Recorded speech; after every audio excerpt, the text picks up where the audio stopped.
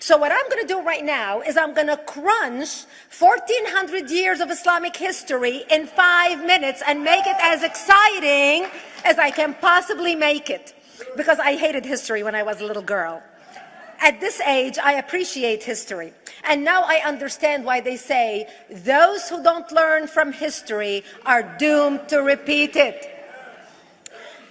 In order for you to understand why Western civilization is very different than the Islamic world, you need to understand the history of Islam. When Prophet Muhammad supposedly revealed his revelation from the angel Gabriel that he is supposed to be the last of the prophets in the early 600s, he started preaching in his own city, Mecca. He tried to recruit friends and followers to be able to spread his religion. And he tried for 12 years and failed. And after 12 years, he was only able to recruit his immediate family and friends. So he decided, if I go to Medina, which was the Jewish hub of Arabia, the business hub where the Jews lived, if I go there and preach my religion to them, if they accept me, that will buy me respect and stature between my own people, and they will accept me.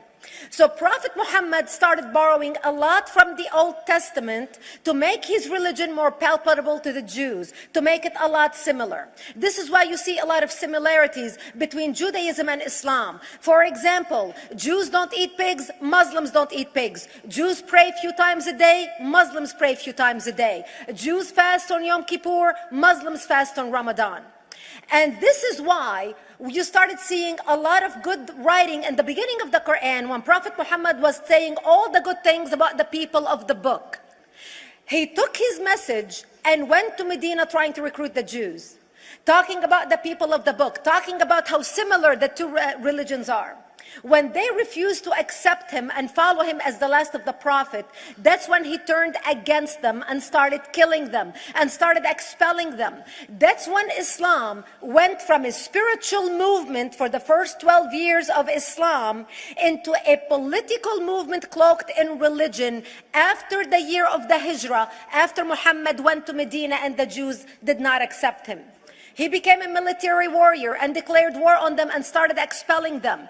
Jews and Christians became dhimmi, or second-class citizens. They were only allowed to stay alive and not be killed only by paying the jizya, or the protection tax. So they had a choice: convert to Islam, or if you want to stay alive, you have to pay the jizya or protection tax, living as dhimmi in the Islamic nation.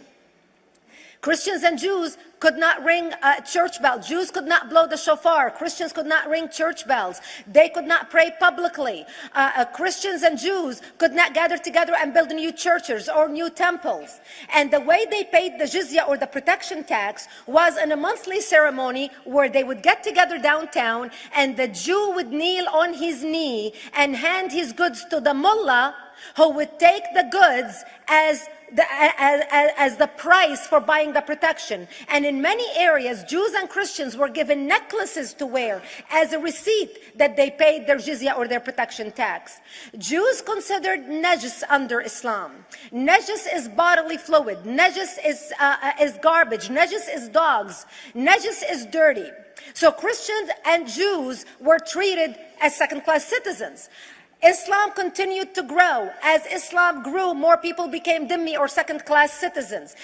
Jews and Christians were given identifiable clothing. The yellow star, which was given to the Jews, that most people think is a German invention. It was actually an Islamic invention in the 9th century in Iraq by the second Khalif al-Mutawakkil of Iraq, who invented the yellow star for the Jews to be identified as they walked down the street.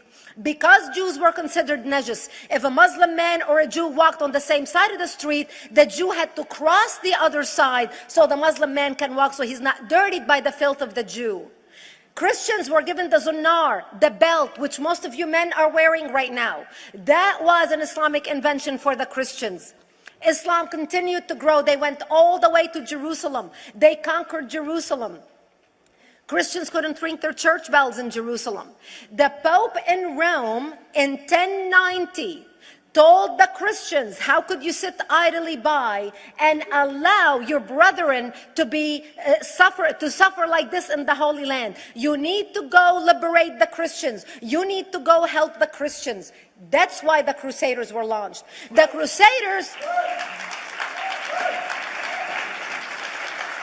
Crusaders were not launched because they just felt like waking up in the morning and going and converting a bunch of Muslims or beheading them. The Crusaders were launched to liberate Jerusalem. And they were able to liberate Jerusalem for less than 100 years before Salah ad-Din al-Ayyubi, Saladin, took it back, and Jerusalem remained under Islamic control until 1967, when the State of Israel liberated Jerusalem, where Christians, Jews, and Muslims could pray under the same sky.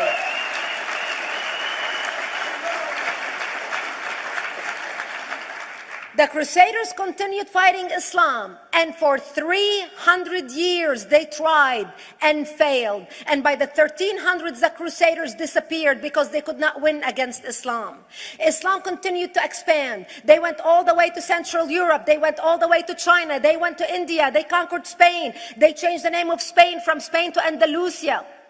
And they started, as they advanced, as they conquered more nations, more people paid the jizya, or the protection tax. And this is how the Islamic Empire grew. It went all the way until they was stopped at the gates of Vienna on 9/11. 9/11 is not a date that Osama bin Laden just picked out of a hat. 9/11 is a symbolic date in the Islamic calendar. By the 1600s, Islam had covered more of the earth's surface than the Roman Empire did at its peak. Between the 1600s and the 1800s, the Europeans were experiencing the European Industrial Revolution, where the Europeans were able to invent products on factory lines, where they are able to make money and sell products, which gave them the money to build a strong army in order to fight the Muslims. And that's how they were able to stop them at the gates of Vienna on 9/11.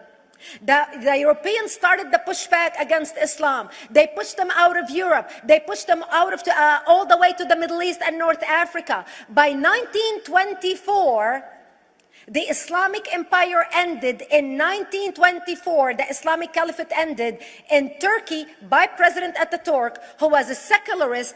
He ended the Islamic Empire, and he gave women rights to vote. He gave women a right to an education, a right to work, a right to choose a husband. He forbid women from wearing the hijab. He forbid men from wearing the beard. The Muslims hate him so much that they consider him a Jewish agent, because they believe that his mother and her bloodline was Jewish, and that was the influence on Ataturk. By the time the Islamic Empire, or the Islamic Caliphate, or the Islamic State ended in 1924, the Islamic Caliphate had existed for 1400 years, and it ended less than 100 years ago. By the time the Islamic Caliphate ended in 1924, 270 million people around the world were killed by Islam. 270 million. And we didn't have weapons of mass destruction, and there was nuclear weapons. All of these people were killed, butchered by the sword. The people in the world, less than 100 years ago, how many people knew this history? Please raise your hand. We in America have failed to educate our children about history. We in America failed to educate our population about history.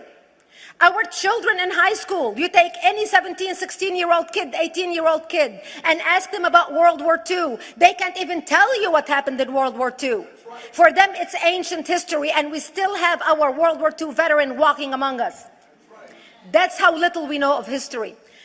Islam ended in 1924, the Caliphate. People thought the Caliphate will never be resurrected. The Caliphate will never come back. But two things happened in the Middle East in the last century that made the Islamists be able to resurrect the Caliphate. Number one is the discovery of oil in Saudi Arabia, which we were able to discover and were stupid enough to allow them to nationalize it. And the number two that happened was Ayatollah Khomeini coming to power in 1979. That gave the Islamists the money and also the spiritual covering in order to explode on the world stage. And people say, oh, well, the Wahhabis exported their Wahhabi radical religion. The Wahhabis are the name of Wahhab. They're not a different sect of Islam. They follow the authentic preaching of Prophet Muhammad, the way Prophet Muhammad lived and practiced his religion. This is why neither you or me or any infidel can step a foot in Mecca, because as far as they're concerned, we are filth. And as infidels, we're not allowed to step a foot, not President Obama and not anybody else.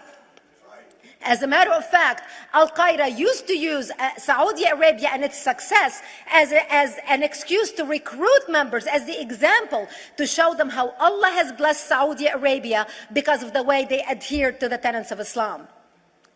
And today we talk about ISIS. ISIS is not a new invention. ISIS resurrected the caliphate that ended less than 100 years ago. Except we are too ignorant and too uninformed to understand what ISIS is doing and why ISIS is succeeding.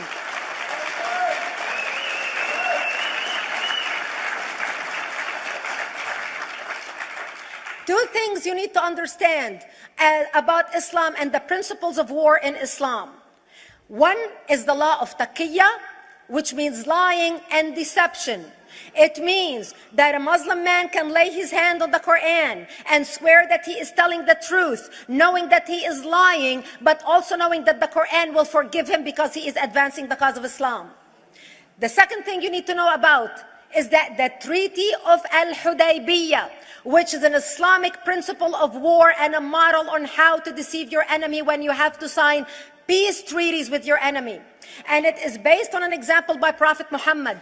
Prophet Muhammad was attacking the Meccans and their caravans when he was living in Medina. One day he attacked them because this is how he got the goodies. He would attack them, rob them, and spread the goodies among his men. And this is how he was able to recruit, because this is how people made money without working. And so he attacked the Meccan caravans. When he realized he's not able to defeat the Meccans in that city of Al-Hudaybiyah, in that place, he signed a 10-year treaty with them. Does that sound familiar? A 10-year treaty with them that says he will not attack them, he will have peace with them, he will not declare war on them. Muhammad used the treaty for 2 years to build his military, strengthen his army, and when he realized he was strong enough to attack his enemies when they least expected it, because they thought they had a peace treaty with Muhammad, he broke the treaty, attacked them 2 years later, and Mecca fell within 24 hours because they were not expecting the attack. And that became a principle of war in Islam. And to give you an example of how that is practiced, this is why anything signed with Iran means nothing to them.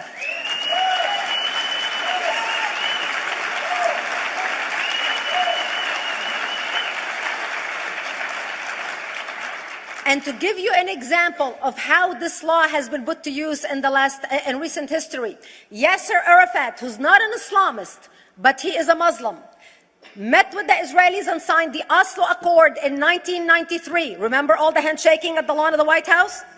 The Oslo Accord, Yasser Arafat used the peace treaty, the Oslo Accord with Israel, to get Israel to bring him back and give him his territory, finance his military, train his police, and give his police the weapons. Yasser Arafat broke the Oslo Accord 8 years later, didn't even wait 10 years, and declared the second intifada in 2000, and all hell broke loose. He used the same treaty to win and deceive against his enemies and deceive his enemies. When Jordanian press, after Yasser Arafat signed the Oslo Accord with Israel, and Egyptian press would interview Yasser Arafat, and they would say, how could you sign a peace treaty with the devil? How could you sign a peace treaty with the Jews? Yasser Arafat will tell them, remember Hudaybiyah. That's all he would have to say. The whole Muslim world knew exactly what Yasser Arafat was talking about. We in the West and the Jews in Israel, it was over their heads. Nobody understood what Hudaybiyah was referring to. And this is the type of deception that we are dealing with. So when Iran signs a peace treaty with the United States for 10 years, they are using us as useful idiots, as gullible, ignorant people who are signing a peace treaty with the devil in order for Iran to continue her thing.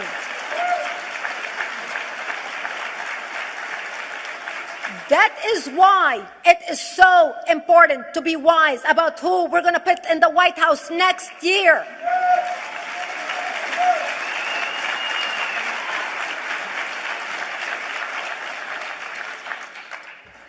This is why it is very important that whoever we're going to elect next year to office, that the next president be well informed about the history of radical Islam, understand our enemy, understand what ISIS is all about, understand what their end goal is. And this is exactly, people are wondering how come ISIS is having such success recruiting people from all over the world. They exploded all over the world.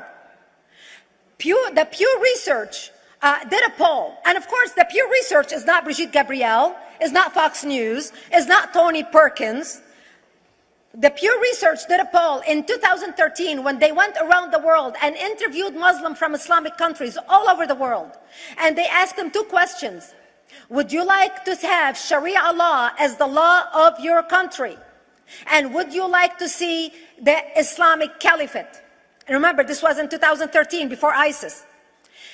The 5 top countries in the world, in the Islamic world, the 5 top Islamic countries: Indonesia, 204 million Muslims. Indonesia, Pakistan, Egypt, Nigeria, and Bangladesh. 77% of Muslims interviewed in these Islamic countries, 77% want the establishment of Sharia law and want the establishment of an Islamic state. That means 77% of the world, quote, moderate Muslims agree with the establishment of ISIS and what ISIS is doing.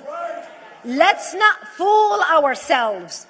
This is very important, that whoever we're going to elect is going to be somebody who is strong on national security, who's going to put America first, who's going to make America great again, who's going to send a strong message to the world. The minute he walks into office, whoever we elect, that the world is going to realize that this person you're not going to mess with, because he could care less about what you think, what the UN thinks, what the world thinks. They can all go to hell. We care about America and only the United States of America.